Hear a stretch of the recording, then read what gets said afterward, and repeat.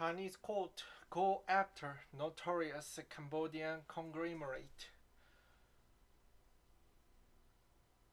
This is the first article in the three-part series on the Prince Group for part 2 of RFA's investigation.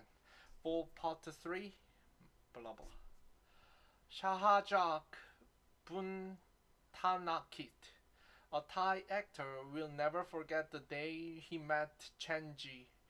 He was very much, I don't want to make this too dramatic, but very much like a godfather. He didn't say much, I believe, except hello. Shahajak recalled in the interview with the RFA. He seems to so powerful. Chen, a Chinese immigrant, is indeed one of the Cambodia's best connected tycoons. At the time of the 2018 meeting, he held a position equal to Secretary of State as the advisor to Cambodia's Interior Ministry. He later became the advisor to then Prime Minister Hun Sen and today holds the same position for Hun Sen's successor and son, Prime Minister Hun Manet, according to royal decrees granting him the rules. His Prince Group conglomerate, which includes the real estate, malls, banks, and more across Cambodia, has raked in billions of dollars. To Shahajak, though, the short, pale, gouted 30-year-old was just an enigmatic money man, financing his latest farm and hosting a meal at the Phnom Penh villa overlooking the Mekong River. After luxury cars ferried the cast and crew to Chen's home, Shahajak and his colleagues are led to a banquet hall.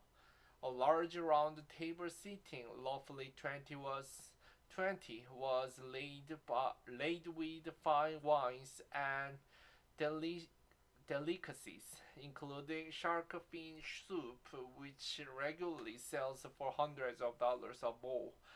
The film they are celebrating was Cambodia's first attempt at the homegrown Hollywood-style action flick.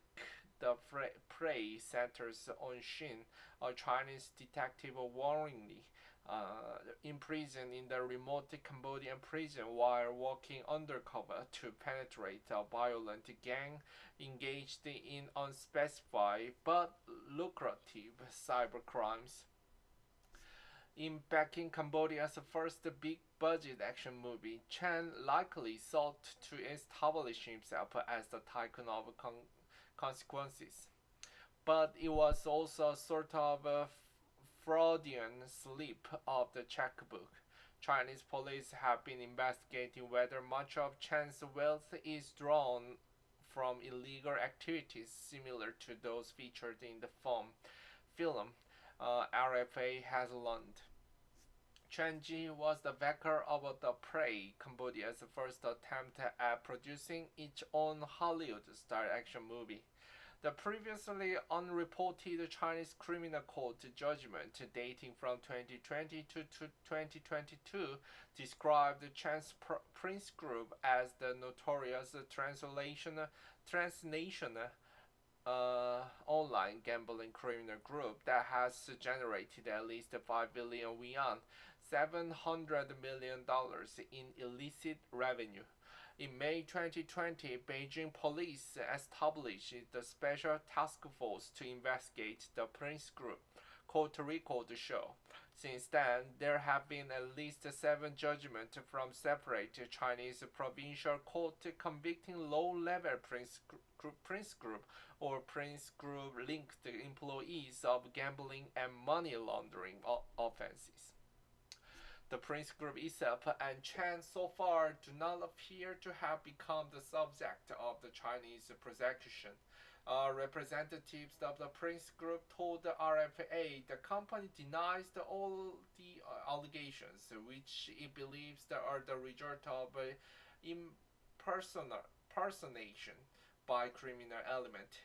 But to understand how Prince Group could draw such scrutiny, it is necessary to look at how Chen transformed from the unknown small business owner in his native China to a multi-billionaire Cambodian citizen. Today, he boasts deep connections to Cambodia's most powerful officials, which may well have protected him and other Prince Group executives, at least those four. This is the first of three stories examining how his Prince Group came to rise so rapidly, where the wealth came from, and why Chinese law enforcement is looking at it so closely. The princely rise to power. Chen was born in December 16, 1987 in Fujian, which has for centuries been a hub of international trade. He was a young business prodigy, according to a biography posted on the website of DW Capital Holdings, the Singapore fund manager for his personal investment. Before the age of 3, the biography claims he was assisting with a family business in Sancheng. Chen's first solo venture was apparently a small internet cafe in Fujian's capital, Puju, according to a website. In 2011, the bio noted Chen sailed off into the uncharted waters of real estate development in Cambodia. Chen's business ventures came into sharper focus when he immigrated to Cambodia, where opportunities abound for the smart and well connected. His first firm was the Phnom Penh-based real estate company established the year he immigrated. Emigrated, according to a bank record seen by RFA. In 2015, he founded Prince and it soon became the omnipresent brand on the streets of the Cambodian cities. Its real estate arm, the Prince Group, played a major role in the transformation of Sina Nukubil from the quiet, if seedy, coastal resort to the Chinese casino boomtown, having seen healthy returns on its thousands of Sihanoukville apartments and hotels. The Prince Group branched out into Phnom Penh condominium, supermarket, and shopping mall. Within the year of its founding, they began offering banking services as the private microfinance institution. 3 years later, the group received its commercial bank license. As Chen's businesses are growing, to, so too was his political capital. On February 16, 2014, Chen was neutralized as the Cambodian citizen. Neutrali- uh, Naturalization, which required investment or government donation of about $250,000, has become the increasingly popular route for wealthy foreigners. But few have made the personal inroad Chen has.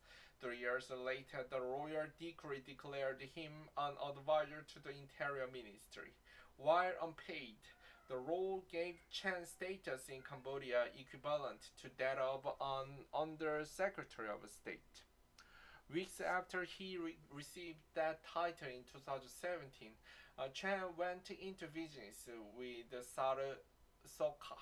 At the time, Soka's father was the powerful Interior Ministry. In 2023, Soka took over the position himself. Chen and Soka's business, Jinbei Cambodia Investment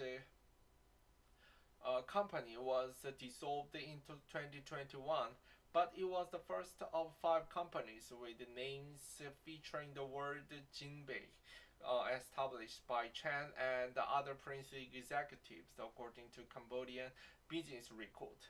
Together, the companies formed the Jinbei Group, whose website today boasts of $300 million invested in the Cambodian tourism sector.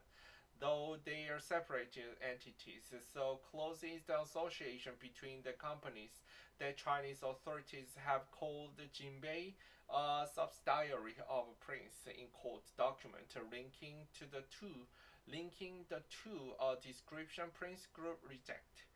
Jinbei's flagship is arguably a seven-story, 16,500 square meter in Sihanoukville hotel and casino called in the Jinbei or Golden Shell in Mandarin, opened in 2017. The resort, which boasts 43 gaming tables spread over the 2,000 square meter casino floor and two VIP salons, was one of the more 100 casinos to open in Sihanoukville in the years leading up to 2019. Boom years that saw the city fitted as the new Macau. Speaking to Macau Business in 2019, Jinbei's marketing manager Victor Chong attributed this flourishing to the Cambodian government's pro-business stance, under which he said a casino license was issued to anyone willing to pay the $40,000 annual fee. Online under the table. Though the laws are not always enforced, gambling is illegal for Cambodian citizens. It was Chinese nationals who made up most of the customers in Sihanoukville's gambling den, as well as the lion's share of proprietors.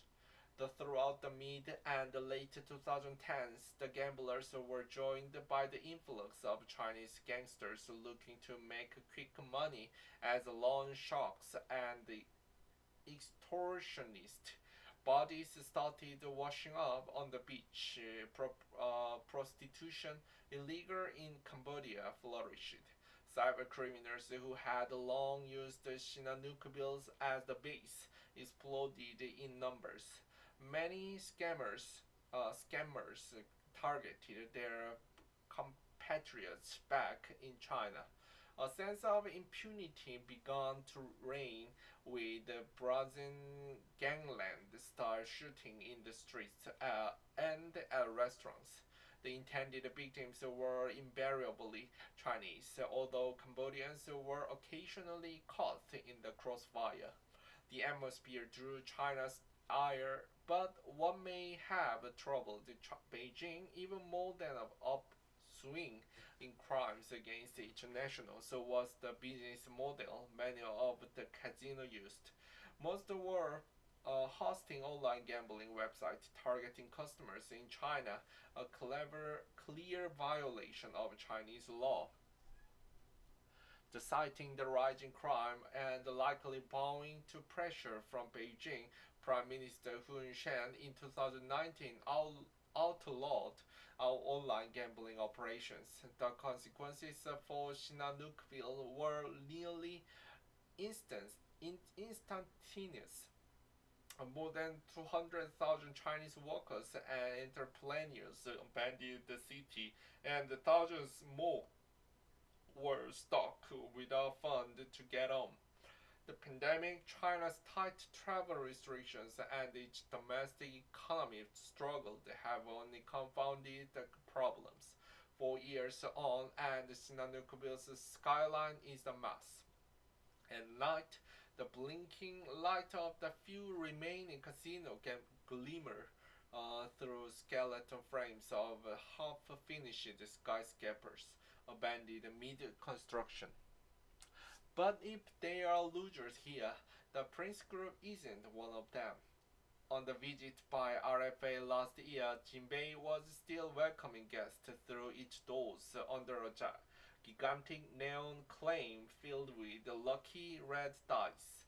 The multi-story Prince Mall, home to luxury goods stores, a video game arcade, and a Prince supermarket, replete with lobster tanks, still beckoned the old shopper. And at the heart of the most ground floor is display stand for the group's real estate arms showcased architect models for coaster and metro skyscraper apartment. Even the Noni 2 Chan's $24 million super yacht with the onboard home cinema and disco bar still could be seen docked as Nanukville's port from time to time. What has allowed the prince to flourish while so many competitors saw their bubbles burst? The answer, according to court document, is crime on the massive scale. High-tech money moves. According to court record seen by RFA, Chinese law enforcement began openly investigating the Prince Group in 2020, and in particular, whether at least a third of its estimated $2 billion investment value came from illegal online gambling operations.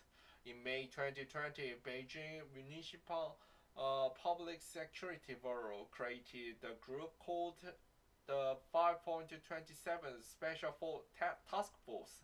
It was formed to investigate and handle the case of the notorious transnational online gambling criminal group known as the Prince Group in Cambodia. According to a 2021 court judgment, Prince's spokesman Gabriel Tan wrote in an email that this task force is not related to any activities of a Prince holding group. In a follow-up note, he said that any explicit mention of a Prince within court documents is due to impersonation issues. The judgment describing the task force from the district court in Henan was one of the several issues in different provinces against the individuals linked to the Prince Group who are accused of money laundering and gambling. Some of these individuals worked directly for the conglomerate, while others worked for the Prince-linked companies, including Jinbei. One judgment described Jinbei as the subsidiary of the Cambodian Prince Group that has developed a series of gambling software and put it on the Chinese network platform. The Prince Group is also accused of continuing to run the type of online casinos Hun Sen banned in 2019, the court document suggests. Chinese citizens are allowed to move only $50,000 out of the country each year. Those capital controlled would stymie the effort of anyone trying to run illicit online casinos, such as the Prince Group had been accused of doing. The solution Prince is alleged to have arrived at, the Chinese court found, was employing the Bosman network of individuals to ferry bank card between China and Cambodia. In all, the task force identified 458 people who had allegedly moved money in this way for the Prince Group. One such money mole, Guo Kaina, was 28 when in March 2018 she was recruited from her hometown of Luoyang, Luoyang to work for the prince in Cambodia, according to the court judgment against her. Her job would be a mix of customer service and bookkeeping, she had been told. Once in Cambodia, Guo handed over 4 Chinese bank cards in her name in exchange for 1,000 yuan for $140 per card. She quit the company after the one day and went back to China but was rebuffed when she asked to have her bank card returned. By the end of the April 2018, more than 140 million yuan, $19.5 million in gambling funds have passed through her bank account, according to the judgment. Guo pleaded guilty to being part of the conspiracy to open the casino. She was given a suspended sentence and fined 30,000 yuan, $4,200. The Guo's case is far from unique. The court judgment reviewed by RFA are littered with words like Guo being convicted for proceeding processing gambling fund. So the Chinese believe that on behalf of the Prince Group and the Jinbei. A July 2022 announcement by the Wankang County Court in Sichuan province estimated the Prince Group's illicit profit from gambling activities since 2016 at more than $5 billion yuan, $700 million. The multiple attempts to reach Chen were unsuccessful, but Prince spokesman Tan told the RFA that the company categorically denies any involvement with the Jinbei Group and the alleged online gambling operations. The references to Cambodia Prince Group in the Chinese court document are likely the result of an impersonation by criminal element. Tan wrote in an interview, adding that the company is aware of multiple instances where our company's name has been misused by unauthorized entities, individuals, and the criminal element. He similarly denies that the company had made use of the Chinese employees' bank account, bank card to transfer online gambling fund, calling the allegations completely unfounded with respect to the Prince Holding Group. Jinbei could not be reached for comment. To connect it to jail, the prosecutions against the Prince alleged money moles and the betting agent are part of the wider war on gambling announced by the Chinese government in 2019. Beijing views online casinos as the national security threat, estimated gambling to be responsible for 1 trillion yuan, $145 billion in capital flight each year. In January 2023, a Macau court sentences Alvin Cho, one of the Iceland's most successful gaming tycoons, to 18 years in prison on 162 charges, including heading an organized crime group, fraud, and facilitating illegal online gambling. In August, 9 Chinese-born Cambodians were arrested in Singapore as part of the city-state's largest ever money laundering investigation. Prosecutors accused them of operating illegal gambling websites targeting mainland China. Overseers noted that the crackdown came 1 week after Chinese Foreign Minister Wang Yi visited Singapore, suggesting that Beijing might have been behind the charges, especially since several of the accused had outstanding arrest warrants in China. The Prince Group may present a more complex challenge for Beijing. The Chinese police and judiciary appear intent on pursuing a case that Prince and its subsidiaries constitute a criminal group. But names of Chen and other senior figures in the group, many of whom are his uncles and cousins, have been wholly absent from any Chinese court judgment. Where they remain present, however, is in the political fabric of China's most reliable regional ally. When regional head of the state converged on Phnom Penh in November 2022 for the Association of Southeast Asian Nations biannual meeting, Hun Sen presented them with limited edition luxury watches valued at $20,000 apiece. A face of each timepiece was emblazoned with the name of Chen's Cambodian watchmaker, Prince Holologi.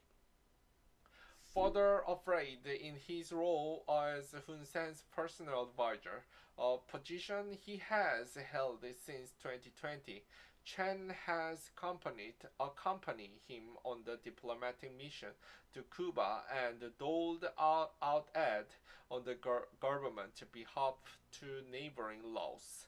He is also a personal advisor to former National Assembly President Heng Samlin and former Interior Minister Sak Kang. Shortly after Hun Manet became Cambodia's first new prime minister in 4 decades, Chen was named one of his 104 advisors. Those ranks give him a rank equally to ministers. Any attempt to charge Chen directly then would necessarily implicate Cambodia's top law enforcement official and embrace both the former and the current prime ministers.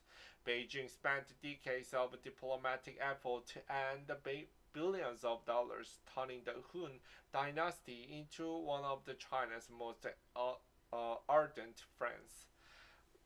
Sok Yi-san, a spokesman for the ruling Cambodian People's Party, said he could not comment and referred the RFA to Cambodian government spokesman Pen Bona, who did not respond to multiple requests for comment. Cambodian American Academy, or SOFA, who has authored books on Cambodia and China, told the RFA it seems unlikely Chen will be heading to prison anytime soon. Clearly, someone's untouchable, so far said. Is Chenji trying to do something political in China? No. So it's okay, it's just the money his underlings will pay. This is the first article in the three-part series on the Prince Group, for part 2 of RFA's investigation. For part 3, edited by Abby Schaaf, Jim Snyder, Matt Pennington, and Bo Dong.